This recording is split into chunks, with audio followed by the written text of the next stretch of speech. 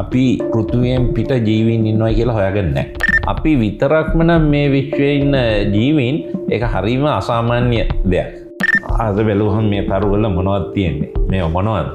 අපි වගේ තව මිනිසුන් තව කොහේ හරි ඉන්නවද? ඒ වගේ මිනිහට ඒ කුතුහලයේ ඉස්සර ඉඳලා තිබිලා තියෙනවා. Voyager 1 එකයි Voyager 2 මිෂන් දෙකම හදලා තියෙන්නේ අවුරුදු 50ක් කොමියුනිකේට් කරන්න.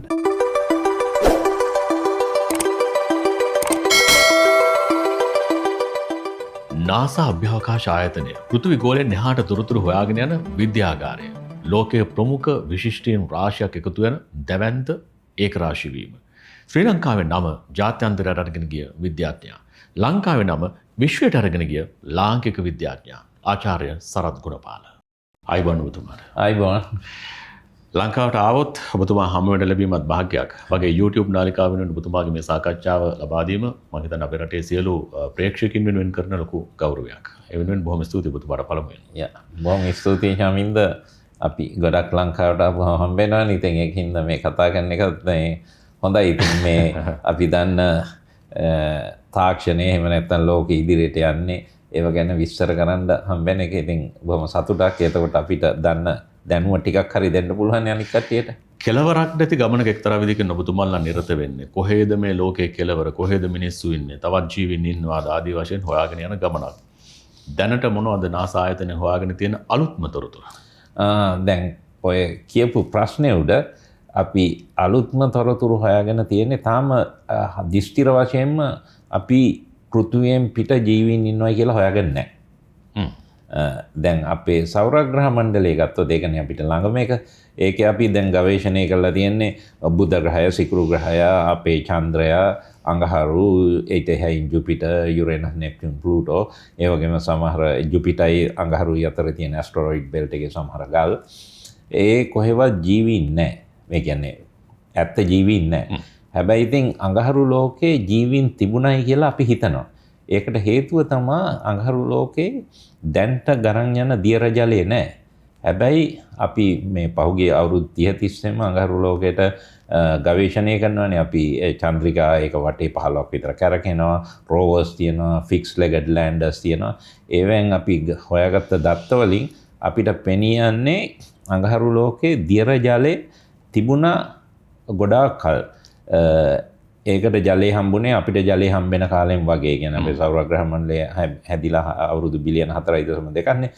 බිලියන එකක් විතර එනකොට දල වශයෙන් කඩම වැටෙන උල්කාපාත වලින් වතුර පොළොවට ලැබුණා, හඳට ලැබුණා. අඟහරු ලෝකෙටත් ලැබිලා තියෙනවා. එතකොට අඟහරු ලෝකේ අපි දැන් ස්ථිර වශයෙන්ම දන්නවා අඟහරු ලෝකේ ගංගවල් තිබුණා. එතකොට ජලාශ තිබුණා.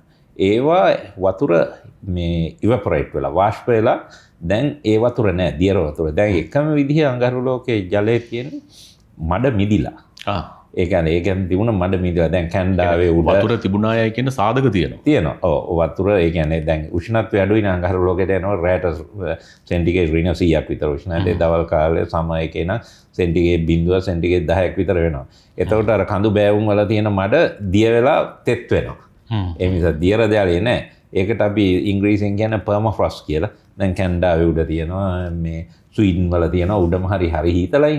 අවුල් දැන් රුසියාවෙත් ඇති මං ගිහිල්ලා නැහැ. හැමදාම මිදිලා තියෙන්නේ. හැබැයි වතුර පස් අරගෙන රත් කරනවා දියර තියෙනවා. මේ ජලය. ඒ වගේ ජලය තමයි තියෙන්නේ. ඉතින් මේ දැන් අපිට දැනගන්න ඕනේ ඉස්සර දියර ජලය තිබුණා නම් අපිට පෘථිවියට දියර ජලය හම්බෙලා බොහොම කෙටි කාලයකින් ඔය ඊටාම සරල ජීවීන් හැදිලා තියෙනවා. ඒ ඇමීබා වගේ සිංගල් සෙල්, ඊට පස්සේ ලිටල් කම්ප්ලෙක්ස් ලයිෆ් ඔය මාළු වගේ ෆොසිල් වල අපි ඒ දත්ත තියෙනවා.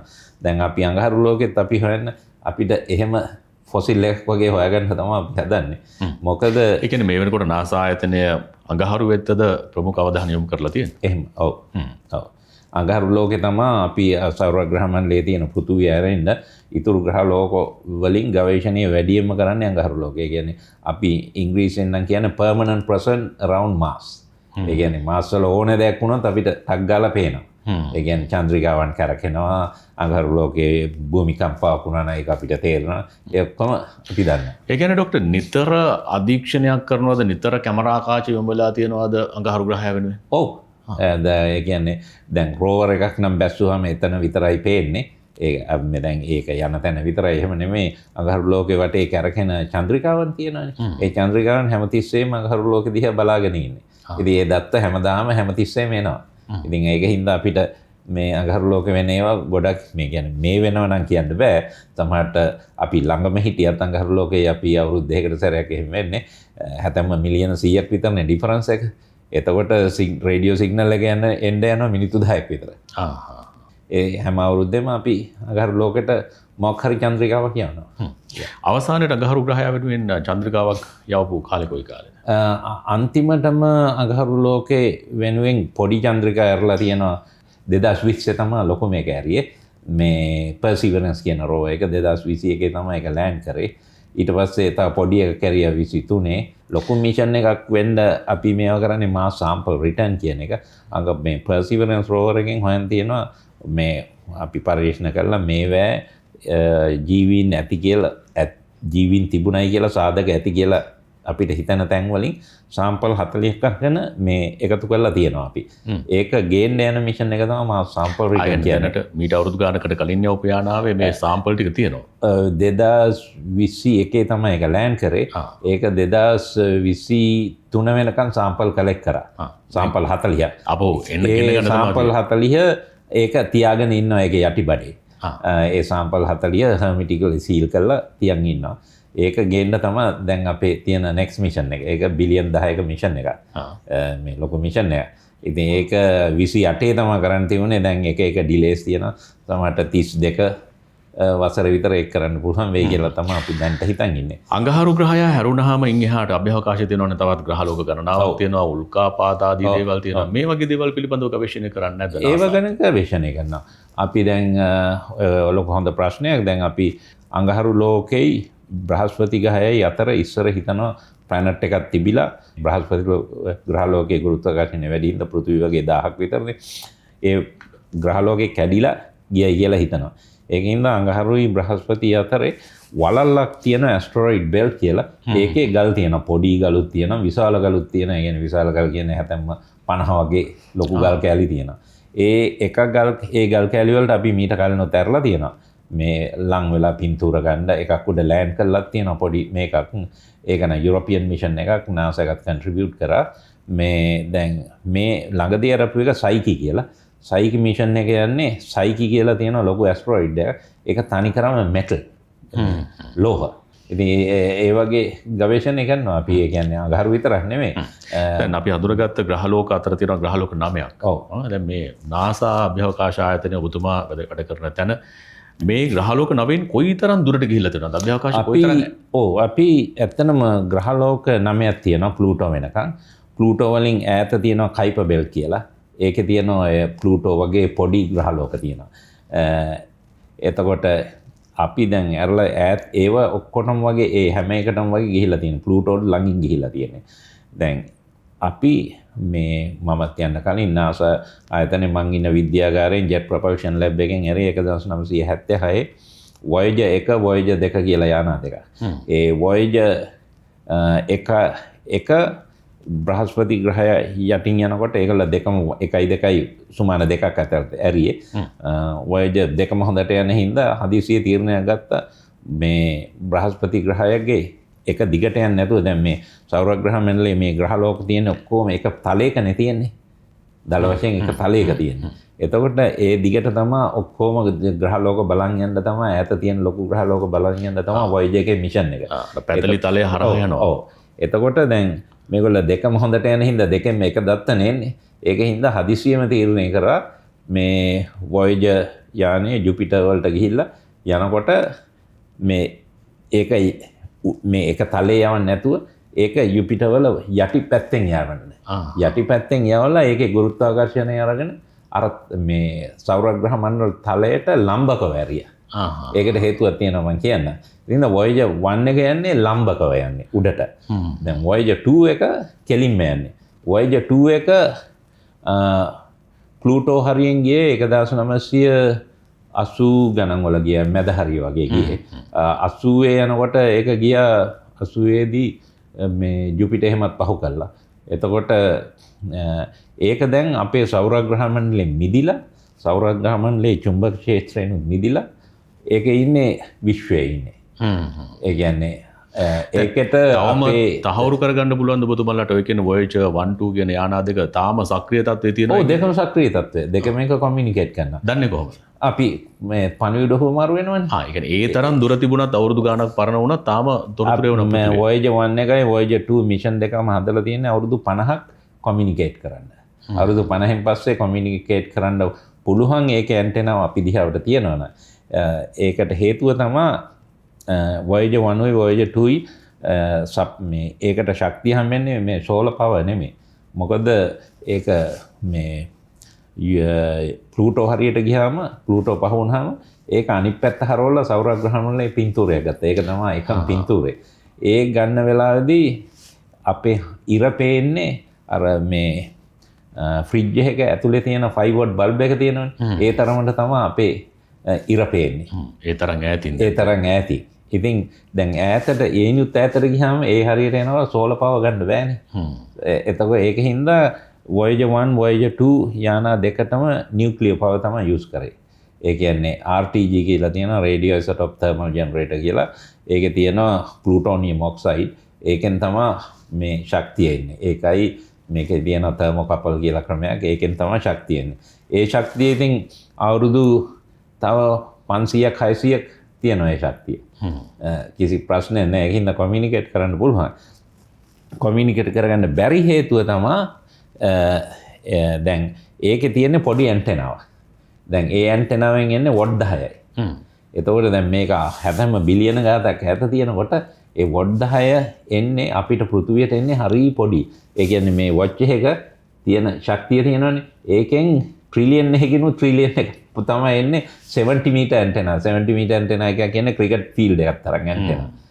ඒකට එන්නේ එච්චරයි. ඉතින් ඒක කියන්නේ පෘථුවියේ තියෙන ඒ තරම් ලොකු ඇන්ටෙනා එකකට අපිට රිසීව් කරගන්න පුළුවන්. පොඩ්ඩයි එන්නේ. ඉතින් ඒක තාමත් ඒ සිග්නල් එක ඇති අපිට ඒකත් එක්ක කතා කරන්න. දැන් ප්‍රශ්නේ තියෙන්නේ ඒ ඇන්ටෙනාව හැම තිස්සෙම අපි දිහාවට තියෙන්න ඕනේ. අපි දිහාවට පොඩ්ඩක් හරි වෙනස් වුණොත් අපිට එන්නේ නැහැ සිග්නල් එක. පෘථුවියෙන් යවන එක අපිට අරින්න පුළුවන්. පෘථුවියෙන් යනකොට කිලෝවොට් මෙගාවොට් පවර් එකක් අපිට අරින්න පුළුවන් උඩට. එතකොට ඒකට සිග්නල් එක හම්බ වෙනවා. ඒකෙන් එන එක හම්බෙන්නේ නැහැ. අපි කියන්නේ යානයක් අර මේ සෞරග්‍රහ මණ්ඩලයේ පෘථිවි ගෝලයෙන් මේ පෘථිවි කක්ෂයෙන් මිදලා ඈතට යන්න ඒකේ තියෙන බලය අඩු වෙනවා. නෑ ඒකේ තියෙන බලය අඩු වෙන්නේ නැහැ. ඒකේ හැමතිස්සෙම මෙහෙන් යනකොටත් ඒ ඇන්ටෙනා එක වොට් 10යි. මොකද ඒකේ පවර් එක තියෙන වොට් 400ක් විතරනේ. ඔය නියුක්ලියර් ජෙනරේටරේ රේඩියෝ අයිසොටොප් තර්මල් ජෙනරේටරේ පවර් එක මම හිතන්නේ 440 වොට් ඒ වගේ ගණනක් තියෙනවා. ඉතින් ඒක හින්දා ඒක හැම එකටම යූස් කරන්න එපා. ඉතින් ඇන්ටෙනා එකෙන් මේ පවර් එක තියෙන 10 වොට්ස්. තමයි මෙහා ට්‍රාන්ස්මිට් කරන්නේ. ඉතින් 10 වොට් සෞරග්‍රහ මණ්ඩලයේ දිහාවට තියෙනවා නම් ප්‍රශ්නයක් නැහැ. සෞර මණ්ඩලයේ එළියට හැරුණොත් අපිට එන්නේ නැහැ සිග්නල් එක. ඉතින් ඒක කරගන්න ඒකේ තියෙන ලික්විඩ් හයිඩ්‍රොජන් කියලා මේ ලික්විඩ් එකක් තියෙනවා. ඒක මේ රොකට් ෆියුල් එක. ඒකේ මේ වටේට ජෙට් කටවල් හයි කරලා තියෙන්නේ. ඒ හදිසියව දැන් ඒකෙන් කියද අපිට කියද හැකි ඒකේ තියෙන ස්ටාර් ට්‍රැකර් කියලා එක. ඒකෙන් කියද හැකි අපිට ඒකට අපිව පේන්නේ කොහොමද කියලා. මේ අපිට සාපේක්ෂ තරුත් එක්ක පෘථුවියේ තියෙන එකයි අපේ ඉරයි අපිට කියද හැකි ඒකට පේන විදිය. ඒකට අපි පේන විදිය වෙනස් වෙනකොට අපි සිග්නල් එකක් අරිනවා මෙන්න මේ ජෙට්ස් ඇක්ටිවේට් කරන්නයි කියලා. එතකොට අර ලික්විඩ් හයිඩ්‍රොජන් පත්තු කරලා ඒ ජෙට් එක තප්පර 2-3ක් පත්තු කරපුවම අපේ පැත්තට හැරෙනවා ඒක. ඉතින් ඒක හැමතිස්සෙම කර ඉන්නේ හැම සුමාන දෙකෙන් දෙකටම. සමහර වෙලාවට කරෙක්ට් කරන්න ඕනේ නැහැ. ඒවා හැම චන්ද්‍රිකාවෙම තියෙනවා. මේ ඒව පරණ තාක්ෂණي අලුත් ඒවා නෙමෙයි. ඉතින් ඒකෙන් පෘථුවිය දිහාට හරවගෙන ඉන්නේ. පෘථුවිය කියන සෞරග්‍රහ මණ්ඩලයේ දිහාට. දැන් අපේ වෙලා තියෙන දැන් අවුරුදු 50කට තමයි ලික්විඩ් හයිඩ්‍රොජන් අරන් ගිහිල්ලා තියෙන්නේ. ඒ ලික්විඩ් හයිඩ්‍රොජන් එක ඉවර වුණාම ඊට පස්සේ අර කොහට හරි හරුණත් එහෙම අපිට කොමියුනිකේට් කරගන්න බෑ. ඒකයි අපේ තියෙන මේ කන්ස්ට්‍රේන්ට් එක. ඒ කියන්නේ දැන් සමහරට 50 වුණාට 50ම නෙමෙයි 51ක් වෙන්නත් පුළුවන්. දැන් ඔබ කලින් 45න් ඉවර වෙලා තියෙන්නත් තිබුණා. එහෙම නෑ තාම. තාම පුළුවන් අපිට කොමියුනිකේට් කරගන්න. ඒ කාලේ ප්‍රොජෙක්ට් එකේ ඩිසයින් කරලා මැනේජර් තමයි මේ එඩ්වඩ් ස්ටෝන්. එයා තමයි මං JPL එකට ජොයින් වෙච්ච කාලේ ඩිරෙක්ටර්. මං හොඳට දන්න එක්කෙනෙක් නැති වුණා. දැන් එයාගේ මේක තමයි දැන් කැල්කියුලේට් කරලා බැලුවාම මේ ලොකු ග්‍රහ ලෝක බ්‍රහස්පති, සැටර්න්, යුරේනස්, නෙප්චූන් ඒ 4 කාලයකට සැරයක් එක දිගට එනවා. එතකොට එක මිෂන් එකක් දිගට මෙරියම් ෆ්ලයි බයි මිෂන් කියලා කියන්නේ. ඔක්කොම ගවේෂණය කරගෙන යත හැකි. ඒකටවත් කක්ෂගත වෙන්නේ නැහැ. ඒක තමයි Voyager 1 එකෙනුයි 2 එකෙනුයි බලාපොරොත්තු වෙන්නේ. ඉතින් දෙක හොඳ හින්දා එකක් perpendicularly ඒකට ගවේෂණය කරන්න උනේ ජුපිටර් විතරයි. ඒ අර කිව්ව මේ Voyager 2 ලම්බක යන එක කොහෙද? ඒක කෙලීම උඩට යනවා. තවම යනවා. ඒක තාම යනවා. ඒක අපේ ගැලැක්සියටත් දල වශයෙන් perpendicular උඩට යන්නේ. ඒකට හේතුවක් තියෙනවා මම කියන්න. දැන් අපේ ඉරෙන් එනවා සෝලර් වින්ඩ් කියලා. ඉරෙන් යනවා මේ අංශුන් පිට ගන්නවා එක ඒ කියන්නේ මේ සෞර මේ කියන්නේ අපේ ආවර්තන චක්‍රයේ තියෙන අංශුන් පිට ගන්නවා මේ අංශු කියන්නේ මොලිකියුල් පිට වෙනවා සුපර්සොනික් ස්පීඩ් එකකින්. ඒවා යන්නේ අයන් විදිහට යන්නේ. ඒ හීලියම් අයන් කාබන් අයන් එහෙම එනවා කඩාගෙන. ඒවා පෘථිවියටත් එනවා අපේ මැග්නටික් ෆීල්ඩ් එකක් තියෙන හින්දා චුම්බක ක්ෂේත්‍රයක ඒකට ට්‍රැප් වෙනවා. ඒ කියන්නේ වෑන් ඇලන් බෙල් කියලා ඒ රේඩියෝ ඇක්ටිව් බෙල්ට් නේ රේඩියේෂන් බෙල්. දැන් ඒ අපේ පෘථිවියට හම්බෙන ටිකනේ. අනිත් ඒවා කෙලින්ම යනවා කඩාගෙන. ඒවා යන්නේ සුපර්සොනික් ස්පීඩ් එකෙන්. එතකොට මේ සුපර්සොනික් ඒක දිගටම යනවා. ඉතින් ඒ ග්‍රහලෝකත් නැහැනේ. කෙලින් යනවා. ඉතින් ගිහිල්ලා දැන් විශ්වය ගත්තාම විශ්වයේ උෂ්ණත්වය සෙන්ටිග්‍රේඩ් අංශක 269ක් විතර cold dark place එකක්. තියෙනවා dust particle විතරයි. පොඩි dust. එතකොට මේ dust particle එක interact වෙලා මේ supersonic solar wind එක subsonic වෙන්න ඕනේ. එතකොට දැන් දැන් supersonic jet එකක් දැන් මේ යනකොට sound speed එකෙන් යනවා. sound speed එක වැඩි වෙනකොට shock wave එකක් එනවනේ ලොකු සද්දයක් ඇහෙනවනේ. ලොකු මේක sonic boom කියලා. ඒ වගේම මේකේ ස්පීඩ් එක අඩු වෙනකොටත් සද්දේ වේගයට වැඩි අඩු වෙනකොට ආයෙ එනවා sonic boom එකක්. දඩාං ගාලා සද්දයක් එනවා. දැන් ඔය ෆයිටර් ප්ලේන් යනකොට ඒ සවුන්ඩ් බැරියර් එක කඩනකොට එනවා සවුන්ඩ් බැරියර් එකට සවුන්ඩ් එකට අඩු වෙනකොට ආයෙ දඩාං ගාලා සද්දයක් එනවා. එතකොට මේ සීලින් අර මේ ග්ලාස් හෙල වෙනවා. දැන් එහෙනම් ඒව ඇහෙනවා ගොඩක්. දැන් ඒක හින්දා ඒ වගේ ඒවා දැන් පෘථිවිය කිට්ටුවෙන් යන්නේ නැහැ මේ ළඟින් ය පෘථිවිය නෙමෙයි මේ බිල්ඩින් තියෙන හරියෙන් යන්නේ නැහැ ග්ලාස් බින්දෙන හින්දා ගොඩ පිටට ආසන්න මේ දැන් ඒ වගේ දැන් අර සෝලර් වින්ඩ් එක සුපර්සොනික් වෙලා සබ්සොනික් වෙනකොට සද්දයක් තියෙන්න ඕනේ. ඒකෙන් හොයාගත්ත හැකි ඒ සබ්සොනික් වෙන එක ඇතුලේ තමයි රස්නේ හැම තියෙන්නේ. ඒක මේ කියන්නේ සෞරග්‍රහ මණ්ඩලයේ වටේම තියෙනවා ඉර වටේම. පෘථිවිය නෙමෙයි ඒක ඔක්කොම ඇතුලේ තියෙන්නේ. ඒකට කියන්නේ හීලියෝපෝස් කියලා. එතකොට ඒ හීලියෝස්ෆියර් එක ඇතුලේ තමයි සෞරග්‍රහ මණ්ඩලය තියෙන්නේ. ඉතින් ඒක මේ තාරකා විද්‍යාඥයෝ කැල්කියුලේට් කරලා හොයන් තිබුණා මේ ඒක තියෙන්නේ ඉරේ ඉඳලා ඇස්ට්‍රොනොමිකල් යුනිට් 100ක් ඈත තමයි දල වශයෙන් තියෙන්නේ කියලා. ඒක ඇස්ට්‍රොනොමිකල් යුනිට් එක කියන්නේ ඉරේ ඉඳලා පොළොවට තියෙන දුර. ඉතින් ඒක මෙෂර් කරගන්න ඕනේ වෙලා තිබුණා. දැන් එතකොට දැන් Voyager මේකලා දන්නවා සෞරග්‍රහයෙන් පිටට යනවා කියලා. එතකොට ඒකේ මයික්‍රොෆෝන් එකක් දාලා තියෙන්නේ. එතකොට මේක ක්‍රොස් කරනවා නම් සද්දයක් එහෙම එකක් තියෙනවා නම් එන්න ඕනේ සද්දේ. අර සොනිඩ් සද්දයක් එන්න ඕනේ. නැත්තම් සද්ද එන්නේ නැහැ විශ්වේ. එතකොට දැන් මේ එකකින් આવොත් එක කෝඩිනේට් එකයිනේ. දැන් මේක perpendicular කෝඩිනේට් දෙකක් එනවා මෙතෙන්නුයි මෙතෙන්. එතකොට ස්ෆියර් එකක් තියෙන බවක් දල වශයෙන් හිතාගත්ත හැකිනේ. ඒක තමයි මේ දෙවෙනි එක හදිසියෙ කෙලින් මේ කියන්නේ පළවෙනි එක කෙලින් ඇරියේ. එතකොට මේ පළවෙනි එකෙන් සද්දය ආවා දැන් මම හිතන්නේ අවුරුදු 15කට විතර ඉස්සෙල්ලා සොනික් බූම් එක ආවා. ඒක ලොකු සද්දයක් නෙමෙයි. ගාලා සද්දයක් එන්න ගත්තා.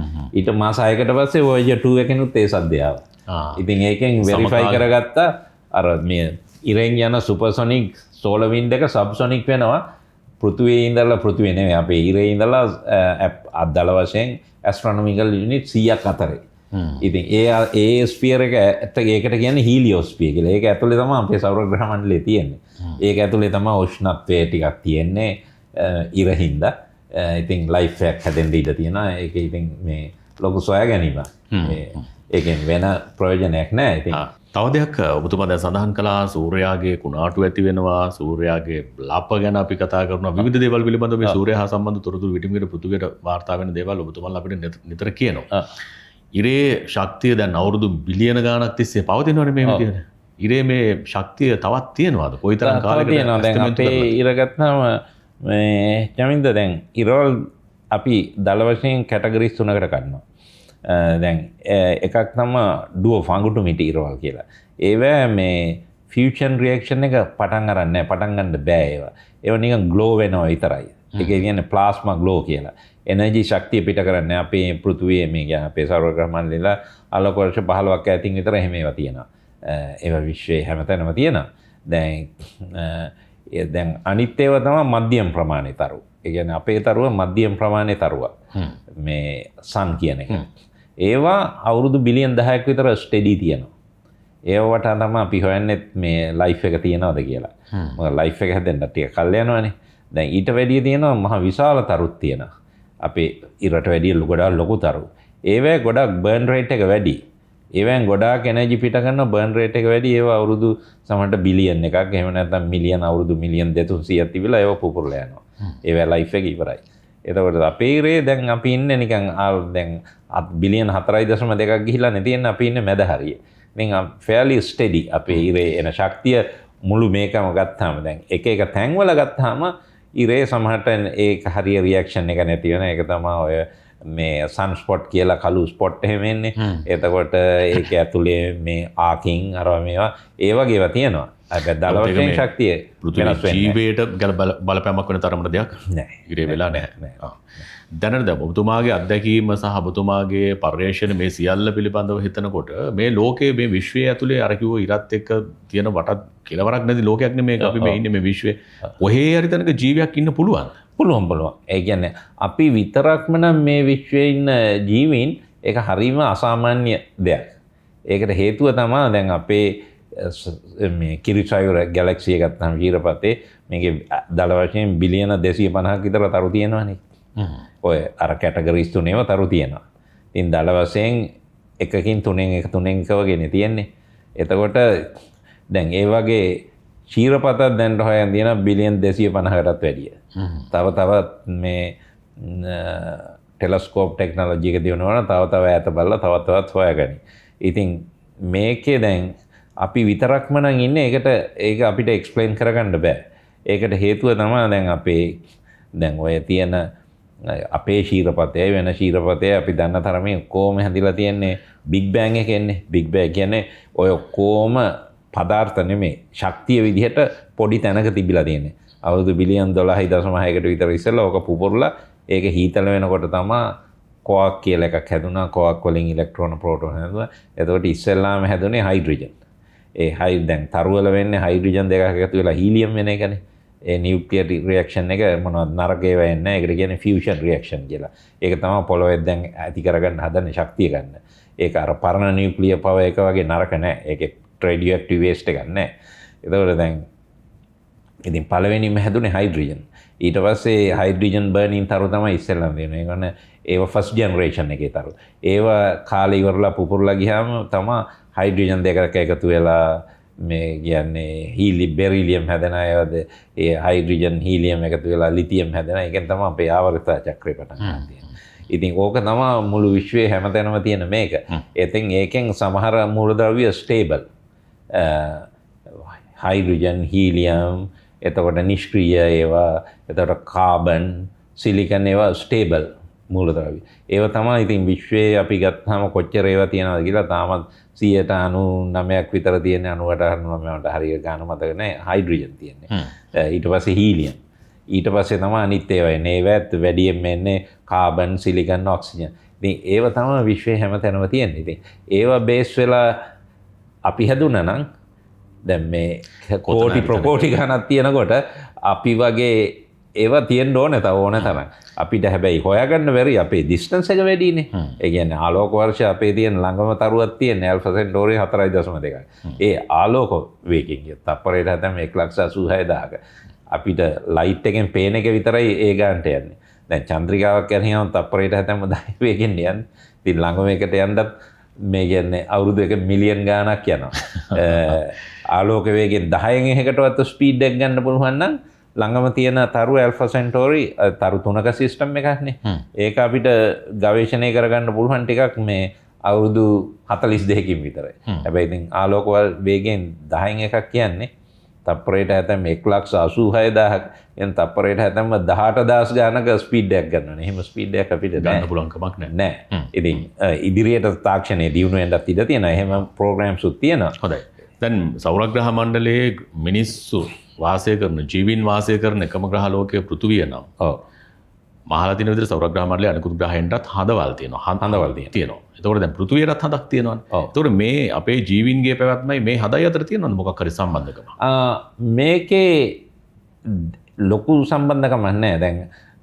දැන් පෘථුවියෙන් ගිහිල්ලා දැන් හැදෙනකොට පොඩි ප්ලැනට් හැදුණා, ලොකු ඒවා හැදුණා. ඒවා හැප්පිලා තමයි හඳවල් හැදිලා තියෙන්නේ කඩන් ගිහිල්ලා. දැන් අපේ එකට ඒ කාලේ තව එකක් හැප්පිලා ඒක කඩන් ගිහිල්ලා තමයි මේ හඳ හැදිලා තියෙන්නේ. එතකොට දැන් අපේ දැන් බඹරයක් කරකවුවහම බඹරේ මෙහෙම කැරකෙනවනේ. දැන් ඒ වගේ තමයි ප්ලැනට්ුත් කැරකෙනවා තමාගේ අක්ෂයට.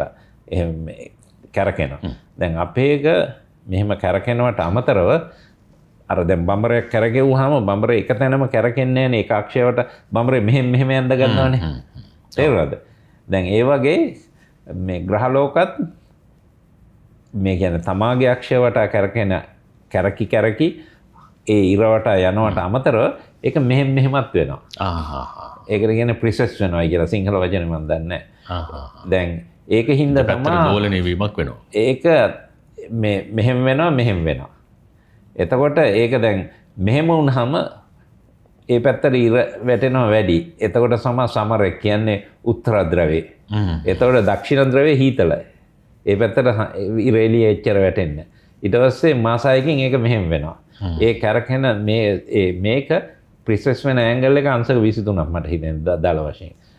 එතකොට ඒක ඒ ගානට තියන් ඉන්නේ කියලා මේ කැල්කියුලේට් කරලා හොයන් තියෙනවා මේ ඒව ගැන අධ්‍යයනය කරන විද්‍යාඥයෝ මේ හඳ හින්දා. හඳ පොළොවෙන් ගැලවිලා ඉස්සර තිබිලා තියෙන පොළොවට කිට්ටුව අවුරුද්දකට මට මතක නැහැ සෙන්ටිමීටර් 6ක් විතර ඒක ඈත් වෙනවා අපේ පොළොවෙන්. ඔහොම ගිහිල්ලා අවුරුදු මිලියන් ගාණක් ගියාම ප්‍රෙඩික්ෂන් එකක් තියෙනවා අපේ හඳ අපෙන් ගුරුත්වාකර්ෂණයෙන් පොළොවෙන් මිදිලා යයි කියලා. හඳ බැරි වෙනවා අපිට. අර ප්‍රිසෙස් වෙන ඇන්ගල් එක ඉක්මන් වෙන්න පුළුවන්. අන්තික අංශ 23ටත් වැඩි වෙන්න පුළුවන්. ඒ කියන්නේ ඒක හොයන්නේ නැහැ. ඒකට මම මේ ප්‍රෝග්‍රෑම් එක දැනගත්තේ මේ එහෙම වුණොත් එහෙම සමර් වින්ටර් එක දවසේ ඉඳත් පුළුවන්. එහෙම වුණොත් එහෙම ගස් වලට එහෙම හැදෙන්න අමාරුයිනේ. හීතල වෙන රත් වෙනවා. ලයිෆ් එක ඇඩැප්ට් වෙනවනේ හැමතිස්සෙම. ඒ වගේ කන්ඩිෂන් වලට ඇඩැප්ට් වෙයි. දැන් ඉතින් මෙහෙ ගිහිල්ලා කරපිංච ගහක් මෙහෙ හොඳට හැදෙන අවුරුද්ද තිස්සෙම අපි එහෙ ගිහිල්ලා කරපිංච පෙරේ දැම්මහම ගේ ඇතුලේ තියෙනවන ප්‍රශ්නයක් නෑ. ඒ ගෙයින් එළියට දැම්මහම දැන් අපි ඒක ප්‍රායෝගිකව දන්නවා. අවුරුදු පළවෙනි 3-4 මේ ගහට හරි අමාරු වින්ටර් එක ආපුවම කොළ වැටිලා මේවා වෙනවා. සවුත් වෙනවා. මැරෙන්නේ නැහැ හැබැයි. ඊට පස්සේ දෙවනි අවුරුද්ද ටිකක් හොඳයි එහෙම. ඊට පස්සේ ඉතින් වින්ටර් එක ආවත් සවුත් වෙනවා. කොළ වැටිලා ගහ මැරෙන්නේ නැහැ. කොක්කොම කොළ වැටෙන්නේ නැහැ. කොළ ටික බ්‍රවුන් වෙලා සර්වයිව් වෙනවා. සමර් එකේ ආයේ එනවා. ඉතින් ගහ ඇඩැප්ට් වෙනවා. ඒ වගේ ඉතින් හියුමන් ලත් ඉතින් ඊට වැඩි ඇඩැප්ට් වෙනවානේ කන්ඩිෂන් වලට. දැන් මෙතන ඉස්සර අයිස් ඒජ් එක තිබුණා. අයිස් ඒජ් එක තියෙන කාලේ ඔක්කොම අයිස් වතුර මිදිලානේ තිබුණේ ගොඩක් මුදල් අඩුයිනේ. ඉතින් ඊට පස්සේ දැන් රත් වෙලා වතුර වැඩි. හැබැයි ඉතින් ජීවින් නැති වුණේ නැහනේ. ජීවින් හොඳට ඇඩැප්ට් වෙනවා ඒකට. කියන්නේ සෞරග්‍රහ මණ්ඩලය ඇතුලේ මොන හරි වෙනසක් සිද්ධ වුණොත් ඒකට අනුගත වෙන්න මිනිසුන්ට පුළුවන්. ජීවින් ඒ කියන්නේ ග්‍රැජුවලි වෙන ඒවට අපි හොඳට ඇඩැප්ට් වෙනවා. අපි විතරක් නෙමෙයි ශාක ඔක්කොම ඇඩැප්ට් වෙනවා. මේ ග්‍රැජුවලි වෙන ඒවට. සඩන් එකක් වුණොත් තමයි අමාරු ෂොක් එක. ඔරොත්තු දෙන්න. ග්‍රැජුවලි වෙන ඒවා හරි ඊසි ටු ඇඩප්ට් නේ ඉතින්. දැන් මේ වෙනකොට NASA අභ්‍යවකාශ ආයතනය ඔබතුමාලා කොයිතරම් මිෂන් ප්‍රමාණයක් කරලා තියෙනවද මේ අද දවස වෙනකොට? අපි දල වශයෙන් මිෂන් ලොකු මිෂන් 6ක් කරනවා අවුරුද්දකට. එතකොට හිතාගත්ත හැන් දැන් ජෙට් ප්‍රොපල්ෂන් විද්‍යාගාර තමයි ඇමරිකාවට ඉස්සෙල්ලාම පෘථිවිය වටා භ්‍රමණය වෙන චන්ද්‍රිකාව දුන්නේ එක්ස්ප්ලෝරර් 1 කියලා 1958 ජනවාරි 28 වෙනිදා. එදා ඉඳලා බලන්නකෝ දැන් අවුරුදු 65ක් 67ක් විතරනේ. අවුරුදු 65ක් කියන්නකො 65 6න් වැඩි කරලා බලන්නකො. එතකොට 130යි 300යි සැටලයිට් 400ක් විතර අපි මැරලා තියෙනවා. ඉතින් ඒ වගේ අනිත් විද්‍යාගාරයන් රටවල් ඇරිහම ඉතින් ගොඩාක් තියෙනවානේ. ඒ ඉතින් මේ අනිත් ඒවා ගවේෂණය කරන ඒවා ග්‍රහලෝක අරවා මේවා පෘථිවිය වඩා යන ඒවා තියෙනවානේ. ඒවා කමර්ෂල් ඒවා තියෙනවානේ. ඉතින් ඒවත් ගන්නාම ගොඩක් ඇති ලක්ෂ ගාණක්. ඊට අමතරව දැන් මේ අලුත් මේකක් තියෙනවානේ. ඒ ඉස්සර නම් මේ කමර්ෂල් ඒවා වුණත් ටෙලිකොමියුනිකේෂන් එක සැටලයිට් එකයි දාන්නේ. ගොඩාක් විශාල $1 බිලියන් වගේ නැත්නම් $100 million to $1 billion වගේ එකයි නැත්නම් දෙකයි එහෙම දාන්නේ. දැන් ඔය පහුගිය අවුරුදු 25 අතරේ ගොඩාක් පරීක්ෂණ කරුවා සැටලයිට් වල කොස්ට් එක අඩු කරන්න. එතකොට සැටලයිට් ආව නැනෝ සැටලයිට්, මයික්‍රෝ සැටලයිට් අර මේවා කියලා. දැන් ඒකේ කියුබ් සැට් කියලා. දැන් තියෙන ස්මෝල් සැට් කියලා. ඒ කියන්නේ මහා විශාල බිලියන් ඩොලර් සයිස් සැටලයිට් හදන්න නැතුව මේ කාමරේ වගේ ලොකු මේ වගේ සැටලයිට් හදනවා ස්පෙෂල් පර්පස් එකට විතරයි. ඒ සැටලයිට් එක මේ වගේ සයිස් එක කියනවා අපි U කියලා. U කියන්නේ යුනිට් එකක්. ඒක කියන්නේ සෙන්ටිමීටර් 10යි 10යි 10 යුනිට් කියුබ් එක. ඒ වගේ මේ ඉස්සෙල්ලම හැදුවේ තුනේ ඒවා. U3U, 6U, then 12U, 16U, 27U ඒ වගේ සැටලයිට් හදනවා. දැන් ඔය ස්ටාර්ලින්ක් කියන ඒවා මම වගේ 27U වගේ පොඩි සැටලයිට්. ඒක ඒ කොමියුනිකේෂන් එකට විතරයි. ඒ වාරිනවා ගොඩාක්. දැන් ස්ටාර්ලින්ක් එහෙම නම් 10 ගණනක් තියෙනවා.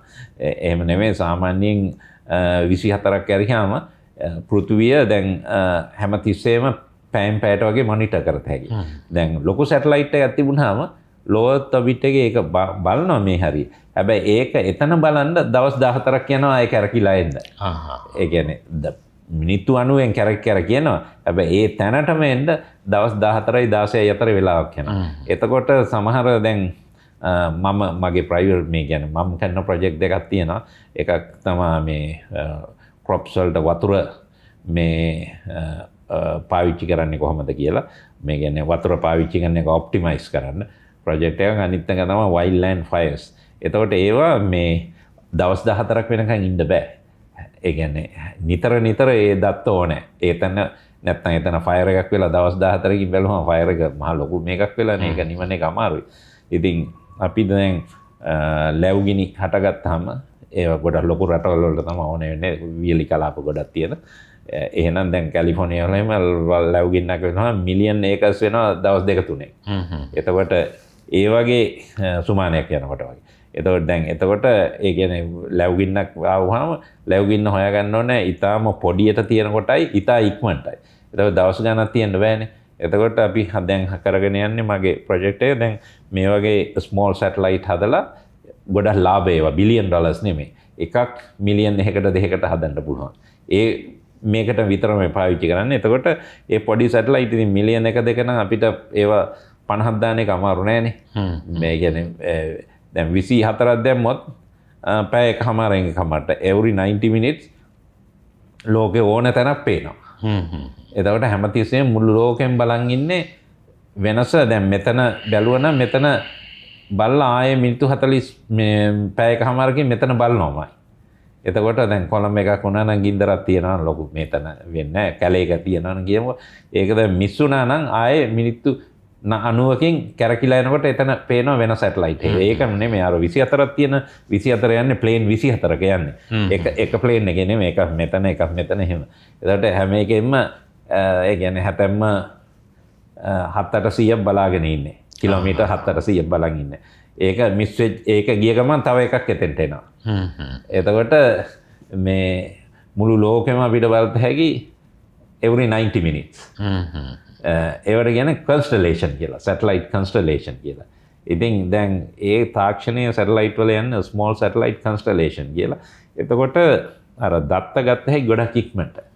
එතකොට ඒක දැන් කාලගුණ විපර්යාස වුණත් ටක් ගාලා පේනවා. ඒ කියන්නේ කාලගුණය වෙනස් වෙනවා ටක් ගාලා ලෝකේ. ඒ කියන්නේ හැමදාම මෙහෙම තියන්නේ නැහනේ. ඒ කියන්නේ තමයි උදේට රස්නේ මේ කියන්නේ රස්නේ දීලා හිටපු ගමන් හීතල වෙනවා. ඒ වගේ මේ කුණාටු වෙනවා. ටොනේඩෝ කියලා එනවා. ලංකාවේ වගේ නෑ ගොඩක් ලොකු ලෑන්ඩ් මෑස් තියෙන ලොකු රටවල් වල එහෙම එනවා. ඒවා ඉතින් ටට්ටක් ගාලා මොනිටර් කරගත්තා. ඒක ආයේ දවස් ගානක් තියලා මොනිටර් කරලා වැඩක් නෑ. එතකොට ඒක ඉවරත් වෙලා ඉවරයි. ඉතින් දැන් ඔබතුමා ඔය කියන විදිහට එක මෙහෙයුමක් කරන්න ලොකු මුදලක් වියදම් කරනවා නාසා අභ්‍යවකාශ ආයතනය. මේ තරම් මුදලක් වියදම් කරලා මොකක්ද මේ කරන්නේ? ඇයි මේ මුදල් එක්තරා විදිහකට කෙනෙකුට කියන්න පුළුවන් මේක හරි මුදල් නාස්තියක් කියලා? ඒකට එකම හේතුව තමයි දැන් මේ මිනිසාගේ කුතුහලයක් තියෙන මේක දැන් විතරක් නෙමෙයි ඉස්සර අවුරුදු 2000ක් පරණත් ඒ කුතුහලය තිබිලා තියෙනවා. ඒ කියන්නේ ඇරිස්ටෝටල්ගේ කාලේ ඉඳලා අද බැලුවහම මේ තරුවල මොනවද තියෙන්නේ? මේව මොනවද? අපි වගේ තව මිනිසුන් තව කොහේ හරි ඉන්නවද? ඒ වගේ මිනිහට ඒ කුතුහලය ඉස්සර ඉඳලා තිබිලා තියෙනවා. ඉතින් අපේ නාසා එක තියෙන එක්සිස්ට් වෙන හේතුව තමයි අපි තනියමද මේ විශ්වයේ ඉන්නේ කියන එකට උත්තරයක් හොයාගන්න එක. ඒකට තමයි ඇමරිකන් පුරවැසියෝ මේ ටැක්ස් මනී දෙන්නේ. ඒකට උත්තරයක් හොයන්න තමා අපි මෙච්චර අඟහරු ලෝකෙක මේ ගවේෂණය කරන්න. ඉතින් ඒක දැන් ජීවියෙන් නැති වුණත් ඒකේ මේ DNA කෑල්ලක් කොහේ හරි ෆොසිල් එකක තියනවාද? එතකොට කැඩිච්ච DNA කෑල්ලක් තියනවාද? ඒව හොයාගන්න තමයි අපි මේ මෙච්චර පරිශන කරන්නේ. එතකොට අපිට හොයාගත්තයි මීට කලින් ජීවීන් ඉඳලා තියෙනවා කියලා දැන් නැති වුණා. ඒකයි මෙච්චර. එතකොට දැන් ලොකු ටෙලස්කෝප් හදලා ඈත තියෙන මේ තරු දිහා බලනවා. මොකද්ද හබල් ටෙලස්කෝප්. ඊට පස්සේ ඒක පොඩි හින්දා JWST කියලා ජේම්ස් වෙබ් ස්පේස් ටෙලස්කෝප් එක හබල් එකේ මිර එක මීටර් 2ක් විතර 2.3. දැන් ජේම්ස් වෙබ් එක මීටර් 6ක් ලොකු ටෙලස්කෝප් එක. ඒකයි පොළොවේ තියෙන ලොකු ටෙලස්කෝප් තව එනවා ගොඩක් ඒවා. එයෙන් අපි බලාපොරොත්තු වෙනවා මේ පෘථිවියේ ඉඳලා ආලෝක වර්ෂ 100ක් අතර තියෙන තරුවල සෞරග්‍රහ මණ්ඩල තියනවාද කියලා හොයාගන්න. දැන් අවුරුදු 25කට ඉස්සෙල්ලා එහෙම අපිට හොයාගන්න බැරි වුණා. දැන් අපිට තාක්ෂණයේ තියෙන ඒවා සෞරග්‍රහ මණ්ඩල තියනවාද කියලා හොයාගන්න. එතකොට දැන් ඒව හොයාගෙනක් තියෙන්නේ ගොඩක්. හැබැයි ඉතින් ඊට පස්සේ හොයාගන්න ඕනේ පෘථිවි වගේ මේ ලයිෆ් එක තියෙන්න පුළුවන් එකක්. ඒක තමයි දැන් බලාපොරොත්තු වෙන්නේ. ඉතින් අපි දැන්ට හොයාගෙන තියෙන සෞර මේ කියන්නේ අපිට වටා තියෙන ආලෝක වර්ෂ 100ක් අතර තියෙන තරු එක 5000ක විතර මේ සෞරග්‍රහ මණ්ඩල තියෙනවා. එතකොට අපිට හොයාගන්න ඕනේ සෞරග්‍රහ මණ්ඩල විතරක් තිබිලා බෑනේ. ඒකේ ජලයේ තියෙන එකකුත් හොයාගන්න ඕනේ. ඊට පස්සේ පෘථිවිය තරම් එකකුත් හොයාගන්න ඕනේ. ඒ වෙන්නේ ඉතින් අපි දන්න විදිහට ලයිෆ් එක හැදුනේ. වෙන කම්ප්ලිකේටඩ් ලයිෆ් තියෙන්න පුළුවන්. අපිට ඒක මේක නැහැ. අපි අඩුම ගානේ දන්නවනේ මේකේ ලයිෆ් එක ඩෙෆිනිට්ලිම හැදුනයි කියලා. ඉතින් ඒක හින්දා අපිට හොයාගන්න ඕනේ දැන් තරු වල මධ්‍යම ප්‍රමාණයේ තරු තමයි අපි ඉස්සෙල්ලම හොයන්නේ. මධ්‍යම ප්‍රමාණයේ තරු කියන්නේ දැන් අර පොඩි අඟුරු මිටි තරු වල ලයිෆ් එක හැදෙන්න බෑ. ඒව එනර්ජි දෙන්නේ නැහැ නේ. ඒක නියුක්ලියර් ෆියුෂන් රියැක්ෂන් එක ජෙනරේට් වෙලා නැහැ. ජෙනරේට් වෙන්නත් බෑ. ඒ තරු පොඩි. මේ දැන් ලොකු තරු වල වැඩකුත් නැහැ. ඒව ස්ටෙඩි නැහැ. එච්චර අවුරුදු බිලියන් ගාණක් තියෙන්නේ නැහැ. අපි වගේ මධ්‍යම ප්‍රමාණයේ තරු තමයි හොයන්නේ. ඒව ස්ටෙඩි. ඊට පස්සේ ඒව වටා යන ග්‍රහලෝක තියෙනවා නම් ලොකු ග්‍රහලෝක තමයි අපිට ඉස්සෙල්ලම් පේන එක. ලේසියිනේ ලොකු ග්‍රහලෝක හොයාගන්නේ. එතකොට ලොකු ග්‍රහලෝකවල එච්චර වැඩක් නෑ අපිට. දැන් අපේ ලොකු ග්‍රහලෝකම ගෑස් ජයන්ට්. දැන් ජුපිටර් එහෙම බහින්න තැනක් නෑනේ. ඒක වායු මේකක් විතරයි. යුරේනස් උත් එහෙමයි. නෙප්චූන් ඒවා ඔක්කොම එහෙමයි. දැන් සැටර්න් උත් එහෙමයි. එතකොට පස් තියෙන්නේ මේ කියන්නේ බුධ, සිකුරු, පෘථිවිය නගරු විතරයි තියෙන්නේ. එතකොට දැන් ඒවා තියෙන පොඩි ප්ලැනට් හොයාගන්න ඕනේ. ඊට පස්සේ දැන් පොඩි ප්ලැනට් එක හොයාගන්න බෑ. ඒකේ ජලය තියෙන්නත් ඕනේ. ජලය නිකන් H2O තිබිලා නැති. ජලය එක්කෝ දැන් ළඟ ඒ කියන්නේ ඉරට ඒ තරුවට ළඟ තියෙනවා නම් ජලය වාෂ්ප වෙලා තියෙන්නේ. එක්කෝ රත් වෙලා තියෙන්නේ. දැන් සිකුරු ග්‍රහය ගත්තාම උෂ්ණත්වය සෙන්ටිග්‍රේඩ් අංශක 600ක්. ඉතින් සෙන්ටිග්‍රේඩ් 600 එක ලයිෆ් එක තියෙන්න අමාරුයිනේ. එහෙම තියෙන ලයිෆ් උත් තියෙන්න පුළුවන්. බට් අපි වගේ ලයිෆ් එකක් හැදෙන්න chance එක අඩුයි.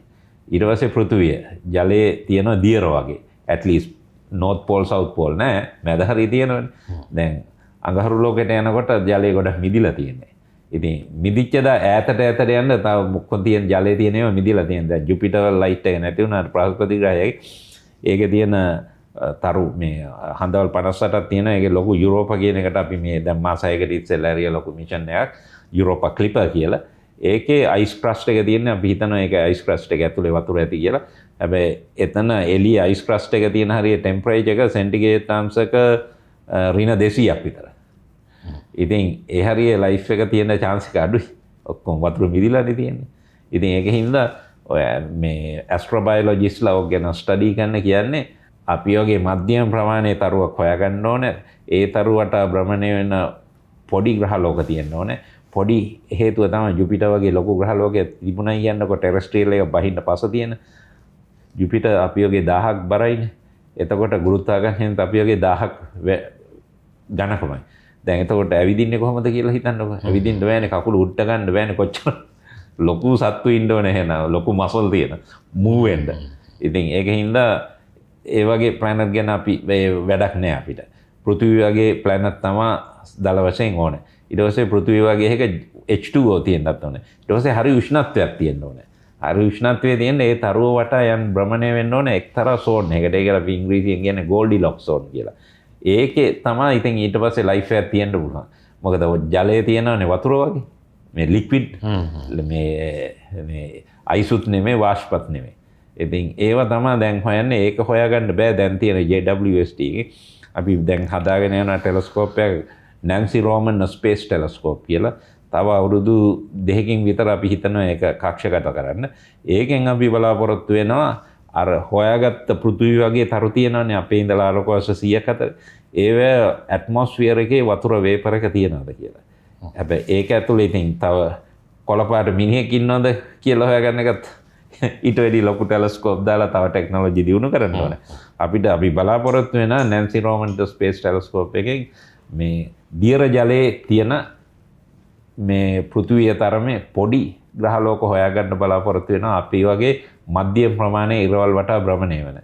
එතකොට අපි සෑහෙන කිට්ටුයි ලයිෆ් එකක් තියනවාද කියලා හොයාගන්න. at least life එකකට conducive. මෙහෙම යන විදියට කවදා හරි දවසක එහෙම දෙයක් අපිට හමු වෙන්න පුළුවන්. හම්බෙන්න පුළුවන් definitely. ඉතින් තව sophisticated මේ ටෙලස්කෝප් උපකරණ හැදුවාම අපි හිතනවා ඒකේ ඊට පස්සේ මොනවා හරි activities තියනවාද? ඒ වගේ ඒවා අපිට හොයාගන්න පුළුවන් වෙයි කියලා. දැන් අපි වගේම නොවන ජීවින් ඉන්න පුළුවන්. ඕ ජීවින් අපි වගේ වෙන්න ඕනේ නැහැ. දැන් අපි එන්නේ ඉස්සෙල්ලා මෙහි හිටියේ ඩයිනෝසෝස්ලා වගේනේ. ඊටත් ඉස්සෙල්ලා සිම්පල් ඇමීබා වගේ සිංගල් සෙල් ඊට පස්සේ මාළුවෝ ඊට පස්සේ වෙන ලයිෆ් උත් තියෙන්න ඇති අපි දන්නේ නැතුව අඩු ගානේ අපි දන්නවා ඩයිනෝසෝ කියලා ෆොසිල් වලින්. ඒගොල්ල මැරුණාට පස්සේ මේ ඇස්ටරොයිඩ් එකක් වැදිලා පොළොවට අවුරුදු 300ක් ඉර වැටෙන්නේ නැතුව තිබිලා ඒ ලයිෆ් එක නැති වෙලා ගියේ. ඊට පස්සේනේ අපිට chance එකක් ආවේ මේ වඳුර වගේ ග්‍රේට් ටේප්ලා ඇවිල්ලා ඒවෙන් ඩිවලොප් වෙලා මේ හියුමන්ලා වගේ කට්ටිය ඇවිල්ලා ඒවත් ඉතින් ගොඩක් තියෙනවා. දැන් අපි හෝමෝසේපියන්ලානේ අපිට ඉස්සෙල්ලා නියන්ඩර්තල්ලා ඉඳලා තියෙනවා. ඒගොල්ලෝ ඔක්කොම විනාශ කළානේ අපි මේ වෙලා තියෙන්නේ. ඉතින් ඒ වගේ ඉතින් මේ අර පරිණාම වෙලා එන්නේ. ඉතින් ඒ වගේ මේක ලයිෆ් එක අපේ එකත් ඉතින් ඇස්ටරොයිඩ් එකක් වගේ වැදිලා විනාශ වෙලා යන්න පුළුවන්. ඒවත් අපි බලනවා. අපි දැන් ස්පේස් එකට දාන මේ ළඟදී නියෝ සර්වේ කියලා මේ චන්ද්‍රිකාවක් ඒකෙන් බලන්නේ පෘථිවිය වටේ තියෙන ලොකු ගල් කැලේ තියෙනනේ ත්‍රෙට් එක තියෙන. ඒ කියන්නේ මීටර් 100ට වැඩිය ලොකු ඒවා හොයාගන්න පෘථිවිය වටේ තියෙන ඒවා. ඒවා කොන්ස්ටන්ට්ලි එළියනුත් එන ඇස්ටරොයිඩ් බෙල්ට් එකෙන් ගොඩක් වෙලාවට. ඒවා මේ පෘථිවියට ත්‍රෙට් එකක්. නියෝ සර්වේ එකෙන් අපි බලාපොරොත්තු වෙනවා ඒ වගේ ඒවා හොයන්න. ඒවා පේන්නේත් නැහැ. හරි අමාරුයි හොයාගන්න. ඒවා හොයලා ඊට පස්සේ ඉතින් තාක්ෂණය දියුණු කරන්න ඕනේ. එහෙම එකක් එනවනම් ඩිෆ්ලෙක්ට් කරලා වෙන දිහකට අරින්න at least ocean එකට දාන්න. මේ එතකොට නැත්තම් ඒ වගේ වැඩි වුණාම ලයිෆ් එකට ත්‍රෙට් එකක්. ලොකු ගල් කෑලි. එහෙම ඉතින් අපේ ලයිෆ් එක ඒවා බැලුවේ නැත්තම් විනාශ වෙලා හියුමන්ලා නැති වෙන්න පුළුවන්. ඒක නැති වෙන එක ක්‍රමයක්. දැන් හියුමන් අපේ ලයිෆ් එක නැති වෙන්න පුළුවන් වෙන ඒවා හින්දා. දැන් පැන්ඩමික් එක කවුද හිතුවේ කොරෝනා වෛරස් එක. ඒ කියන්නේ බේත හොයාගත්ත හින්දා හොඳයි. නැත්තම් දැන් කොරෝනා එකෙන් මිලියන කීයක් මැරුණාද ලෝකේ. දැන් බේතක් හොයාගත්තේ නැත්තම් ඒ ටෙක්නොලොජි දියුණු කළා සමහරට අපි අද ජීවිතුන් අතර නැති වෙන්නත් පුළුවන්. ඒ වගේ ඉතින් ලයිෆ් එක නැති වෙන ක්‍රම 10ක් විතර තියෙනවා. මේ AI තාක්ෂණය වර්තමාන ලෝකේ ගොඩක් භාවිත කරනවා. කොහොමද අභ්‍යවකාශ තාක්ෂණයටත් මේ වෙනකොට AI ඇවිල්ලාද? AI ඇවිල්ලා තියෙන්නේ. AI ඇවිල්ලා දැන් ටික කාලයක් ඇත්තටම මේක ඒක තව ඩෙවලොප් වෙ යන්නේ. ඒක මේ කියන්නේ ලෝකේ ඉන්න රටවල් හැම එකම මේ දැන් පරිශන කරන්නේ AI and quantum technology. ඒ දෙක තමයි වැඩියෙන්ම සල්ලි දාන්නේ. ලෝකේ හැම රටම. ChatGPT එදින ජීවිතයට එන එක දැන් ඇවිල්ලා ඉවරයි. තව වෙනවා. ඒක ඉතින් දැන් චන්ද්‍රිකා ඩෙවලොප් කරන්නත් යූස් කරනවා. ඒ කියන්නේ ChatGPT එකේ තියෙන ඒ කියන්නේ කෙලින්ම හත හැකි චන්ද්‍රිකා මට ඕනේ මෙහෙමයි කොහොමද ඩිසයින් කරන්න කියලා සෑහෙන හොඳ උත්තරයක් දෙනවා. දැන් ඉස්සර නම් අපිට ඔක හිතන්න ඉන්ජිනියර්ස්ලා 100ක් විතර එකතු වෙලා කතා කරලා අනිත් එක ඔක ඩිසයින් කරන එකත් හරි කම්ප්ලිකේටඩ්. ඒකෙන් පුළුවන් ගොඩක් ඒවා කරන්න. දවසින් දවස දියුණු වෙලා ගිහිල්ලා ඔබතුමන්ලා අභ්‍යවකාශය පිළිබඳව මේ පෘථිවිය ගෝලයෙන් එහාට තියෙන දේවල් පිළිබඳව උතුරු හොයාගෙන යනවා. මේ හැම දෙයක්ම කරලා කොහේ හරි තැනකදී මේ පෘථිවියේ අවසානය කොයි වගේ සිද්ධ වෙයි කියලාද දැනට ඒක නම් කියන්න අමාරුයි. මේ ඕකේ මට හිතෙනවා මේ ගොඩක් දැන් ඉන්න ජෙනරේෂන් එක දැකලා නැතුව ඇති. 1900 early 70s වල වගේ පින්තූරයක් ආවා මේ 2001 ස්පේස් ඔඩිසි කියලා. ආතර් සී ක්ලාක් තමයි පොත ලියලා තියෙන්නේ. පොතත් කියවත හැකි. මේ මූවි එක ආව මේ ලංකාවේ මම බැලුවා ඒ කාලේ. මේ ආපු කාලේ අපි මං ඉස්කෝලේ යන කාලේ අපේ හොස්ටල් එකෙන් ගිහිල්ලා මෙන්නවා. ඒකේ තියෙන්නේ මේ ලොකු චන්ද්‍රිකාවක් හදලා පෘථුවියෙන් අරනවා ගවේෂණය කරන්න. ඒක අවුරුදු ගාණක් යනවා. එතකොට මිනිස්සුන්ට එච්චර ජීවත් වෙන්න බෑ. අපි කියමුකෝ දැන් ඇල්ෆා සෙන්ටෝරි වලට හරියයි කියලා. එතකොට චන්ද්‍රිකාවේ වේගය ඒ කාලේ කියන්නකෝ පැට සතුමුන් 1000ක් කියලා. ඉතින් ආයෙත් අවුරුදු ගාණක් යන මිලියන් ගාණක් යනවානේ ඇල්ෆා සෙන්ටෝරි ගාවට යන්න. එතකොට ලයිෆ් එක තියෙන්නේ නැහැ නේ එච්චර කාල. ඉතින් ඒක හින්දා ලයිෆ් එක දාලා තියෙන්නේ ඇස්ට්‍රොනොට්ලා ඉන්නේ හයිබ්‍රනේට් කරලා ඉන්නේ. අර දැන් මේ හීතල රටවල් වල වලස්සු අර මේ නයි අර මේ හීතල කාලේට එළියට එන්නේ නැහැ නේ. ඒගොල්ලෝ නිදියනවා. ඒගොල්ලන්ගේ මේ heart rate එකත් හරි slow. ඒගොල්ලෝ ඒ වගේ ඇස්ට්‍රොනොට්ලා හයිබ්‍රනේට් කරලා තියෙන්නේ මේක ෆික්ෂන් එකක්. ඉතින් කම්පියුටරේ තමයි ඔක්කොම දුවන්නේ. HAL 9000 කියන කම්පියුටරේ. ඉතින් දැන් මේක යනකොට අවුරුදු ගාණක් තිස්සේ යනවා. අරගොල්ලෝ හයිබ්‍රනේට් කරලා තියෙන්නේ. ඒගොල්ලන් ඇහැරවන්නේ ඇහැරවල heart rate එක එහෙම වැඩි කරලා ගන්න ෆන්ක්ෂන් කරන්න මේ කියන්නේ මිනිස්සු වගේ ඒ තරුවකට මොකක් හරි එමිෂන් එකට ඕනේ වැඩේ කරන්න තරුවකට ළඟ ග්‍රහ ලෝකයට ලඟ වෙන වෙලාවට. එතකන් ඒගොල්ලෝ ඉන්නේ අර හයිබ්‍රනේෂන් ස්ටේට් එකේ. මේ මැරිලම නෙමෙයි heart rate එකේම හරි low. දැන් එතකොට මේ HAL 9000 ඩිසයිඩ් කරනවා කාලයකට පස්සේ මේ ඇස්ට්‍රොනොට්ලාගේ වැඩක් නැහැ එකට මරලා දානවා කියලා. එතලා කම්පියුටරේ තනිකර කන්ට්‍රෝල් එක ගන්නවා. දැන් ඒ හිතන්න පුළුවන් ඔක්කොම. ඉතින් එයා මේක දැන් මරන්න හදනවා. එතකොට මේ මූවි එක මට හරියටම දැන් මතක නැහැ. එතකොට එක ඇස්ට්‍රොනොට් කෙනෙක් ඇහැරිලා ඉන්නවා. එයා කම්පියුටරේ මරන්න හදනවා. නැත්නම් කොම්මයා මරනවානේ කම්පියුටරේ. ඉතින් එයා ගිහිල්ලා අන්තිමට ඒක ෆියුස් ගලවනවා. ගලවනකොට HAL 9000 මැරෙනවා. ඊට පස්සේ එයා මැරෙන වෙලාවේ සිද්ධුවකුත් කියනවා. ඉතින් AI තාක්ෂණයේ ඒ තරමටත් යන්න පුළුවන්. ඒකනේ සමහර රටවල් වල ගොඩක් මේකක් තියෙනවා. ඒ කියන්නේ තාක්ෂණයේ දියුණු කරන කට්ටියම AI මෙච්චර ඉක්මනට යන්න එපයි කියලා. ඒක නැති කරන්න හරි අමාරුයි. දැන් මේ ඊලන් මස්ක් එහෙමත් ඒ කාලේ කියලා තිබුණා දැන් අවුරුදු දෙකකට විතර ඉස්සෙල්ලා AI යන එක ටිකක් ස්ලෝ කරන්නයි කියලා. ඒ කියන්නේ බිල් ගේට්ස්ලා ඒ කට්ටිය කියන්නේ ඒකෙන් තවත් ප්‍රශ්න එන්න පුළුවන් ඒව මේ තාක්ෂණයට අයිති වෙන්නේ නැහැ. දැන් කියන්නකො රස්සා නැති උනායි කියලා ඔක්කොම දැන් රොබෝට්ස්ලානේ ඉස්සර නම් ෆැක්ටරිස් වල වැඩ කරන්නේ මිනිස්සු. දැන් ෆැක්ටරිස් වල ගොඩක් වැඩ කරන්නේ රොබෝට්ස්ලානේ. ඒකනේ ඔච්චර අඩුවට පුළුවන්. දැන් කාර් එහෙම හදන්න දැන් කාර් එකක් ගත්තොත් එහෙම 1930 ගණන් වල කාර් එකක් මම දන්නවා ඩූසන්බර්ග් එකක් ඩොලර් 36000 1930 ගණන් වල. ඒ කාලේ ගෙදර ගයක් වටිනාකම ඇමරිකාවේ ඩොලර් 1500යි. කාර් ගන්න පුළුවන් ගොඩාක් සල්ලි තියෙන මිනිස්සුන්ට විතරයි. එතකොට දැන් කාර් ලෝකේ කොච්චර කාර් තියෙනවද? හැමෝටම වගේ කාර් එක කොහොම හරි ගත්ත හැකිද? දැන් මම ඉංග්‍රීසියෙන් මගේ අම්මලා තාත්තලාට ආණ්ඩුවේ සරසාවක් කළා. මගේ තාත්තා ටීචර් කෙනෙක් තාත්තා පෝස්ට් මාස්ටර්නේ කාර් එකක් ගන්න බෑ අපිට. සල්ලි නැහැ කාර් ගන්න. දැන් කාර් ඒ වගේ කට්ටිය ඕන තරම් කාර් ගත්තා. ඊට පස්සේ දැන් හිතන්නකෝ දැන් ෆැක්ටරිස් රොබෝට්ස් වගේ ඒවා දැන් ජොබ් නැති වෙච්ච ඒවා ඩෙවලොප් වෙච්ච කන්ට්‍රීස් වල කොච්චර අන්එම්ප්ලොයිමන්ට් තියනවද? ඒ වගේ ටෙක්නීෂියන්ලා දැන් වැඩක් නැහැ. ඒ රොබෝට්ස් ලයින් කරන්නේ. දැන් තියෙන්නේ ඒවා ඩිසයින් කරන කට්ටියට ඒවා රිපෙයාර් කරන කට්ටියට ජොබ්ස් තියෙන්නේ. ජොබ්ස් අඩුයි.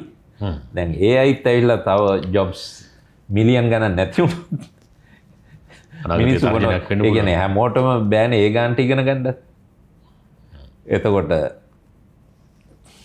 ඒක ඉතින් ලෝකේ පාලනය කරන කට්ටියට ප්‍රශ්නේ. එතකොට මිනිස්සු ලෝකේ ජනගහනයත් වැඩි වෙනවනේ. සෙකන්ඩ් වර්ල්ඩ් වෝර් එකෙන් පස්සේ කොච්චර ජනගහනය approximately 1 to 2 billion වගේ දැන් 8+ billion. එතකොට රස්සාවක් නැත්තම් කන්නේ බොන්නේ කොහමද? There's a different problem. මට හිතන්න ඕනේ ඒව නෙමෙයි. අපිට සාමාන්‍යයෙන් අපිට පුරුද්දක් තියෙනවා අපි පොය දවසට හඳ දිහා බලනවා. දරුවෝත් එක්ක ගිහිල්ලා හඳ දිහා ආස දිහා බලනවා. ඔබතුමත් මෙහෙම හඳ දිහා ආස දිහා බලනවා. ඔව් මම කියන්නේ හඳේ හාවයි ඉන්නනේ. දැන් මේ බැලුවත් එකයි ඇමරිකාවේ ගිහිල්ලා බැලුවත් එකයි ඔස්ට්‍රේලියාවේ ගිහිල්ලා බැලුවත් එකයි ඉංග්ලන්ඩ් ගිහිල්ලා බැලුවත් එකයි හඳේ හාව තාම වෙනවා. ඒකට හේතුව තමයි හඳ භ්‍රමණය වෙන්න දෙන්නේ නැහැනේ. පෘථුවියෙන් හඳ අපි ඉංග්‍රීසියෙන් කියනවා නම් කියන්නේ ටයිඩ්ලි ලොක් කරගෙන ඉන්නවා කියලා. පෘථුවිය ගුරුත්වාකර්ෂණය වැඩි හින්දා හඳට ස්පින් වෙන්න දෙන්නේ නැහැ. ඒ කියන්නේ හඳ හැමතිස්සෙම පෘථුවිය දිහාට බලාගෙන ඒ පැත්ත කැරකෙන්න බෑ. මෙහෙම තමයි යන්නේ. එතකොට පෘථුවියේ ඉන්න ඕන කෙනෙකුට පේන්නේ හඳේ අර පැටර්න් එකම පැටර්න් එක පේන්නේ. දැන් හඳේ අනිත් පැත්ත ඒ පැත්තට දිර වැටෙනවා. දැන් හඳේ දැන් පෘථුවියට මෙහෙම පෘථුවිය තියෙනවනේ ඉර තියෙන්නේ මේ ලයිට් එක හරියේ. එතකොට මේක වටේට යනකොට මේකට හඳට එළිය වැටෙන්නේ දවස් 14ක්. අනිත් 14 මේ එනකොට ඒ පැත්ත පෘථිවියට පේන පැත්ත කරුවල වෙනවා. එතකොට නමාවක් කියලා කියන්නේ එළිය වැටෙන හොඳටම වැටෙන තමයි පුරපසළොස් වගේ.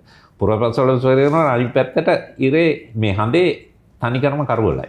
එතකොට මේ පැත්තේ උෂ්ණත්වය සෙන්ටිග්‍රේඩ් අංශක ඍණ 200ක් විතරයි. අර ඉර වැටෙන පැත්ත මේ හඳේ සෙන්ටිග්‍රේඩ් අංශක 120ක් විතරයි. මොකද මේ වායු ගෝලයක් නැහැනේ. ඉතින් ඒක හින්දා අඟහරු ලෝකෙ මේ නැත්නම් හඳගරු ලෝකෙ නෙමෙයි මේ හඳ ගවේෂණය කරනකොට උපකරණ හදන එක හරි අමාරුයි. ඒ කියන්නේ සෙන්ටිග්‍රේඩ් අංශක 320කට විතර ඔරොත්තු දෙන රේන්ජ් එක හදන්න ඕනේ. මේ දැන් අපි හදන මෙහි කැමරාවක් ඇරියත් එහෙම මෙහි ගියම වැඩ කරන්නේ. හොඳයි ඔබතුමා ඊටාම වටිනා කරුණු ගණනාවක් අපිට කිව්වේ. මේ විශ්වය ඇතුලේ තියෙන දේවල් කොහොමද මොනවද සිද්ධ වෙන්නේ? අපේ අනාගතය මොන වගේ විසඳෙයිද මේ සියල්ල පිළිබඳව පැහැදිලි කරාට බොහොම ස්තුතියි. අපි ඊළඟ වැඩසටහනෙන් ඔබතුමාත් එක්ක කතා කරන්න අවශ්‍යයි. NASA අභ්‍යවකාශ ආයතනයට යන්න බැරිද අපිට? ඊළ බලන්න නෙවෙයි. රැකියාවක් කරන්න අපිට යන්න බැරිද? අපේ දරුවන්ට පුළුවන් මේ අධ්‍යයන අවස්ථාව හෝ නැත්නම් රැකියා අවස්ථාවක් සඳහා මේ ආයතන වලට යන්න. ඒ පිළිබඳව ඔබතුමාගේ ජීවිත කතාවත් එක්ක කිටි කතා බහකට අපි සූදානම්. අදට ඔබට ස්තුතිය පුද කරනවා. අපි ඊළඟ දවසේදී ඒ ගැන කතා කරමු.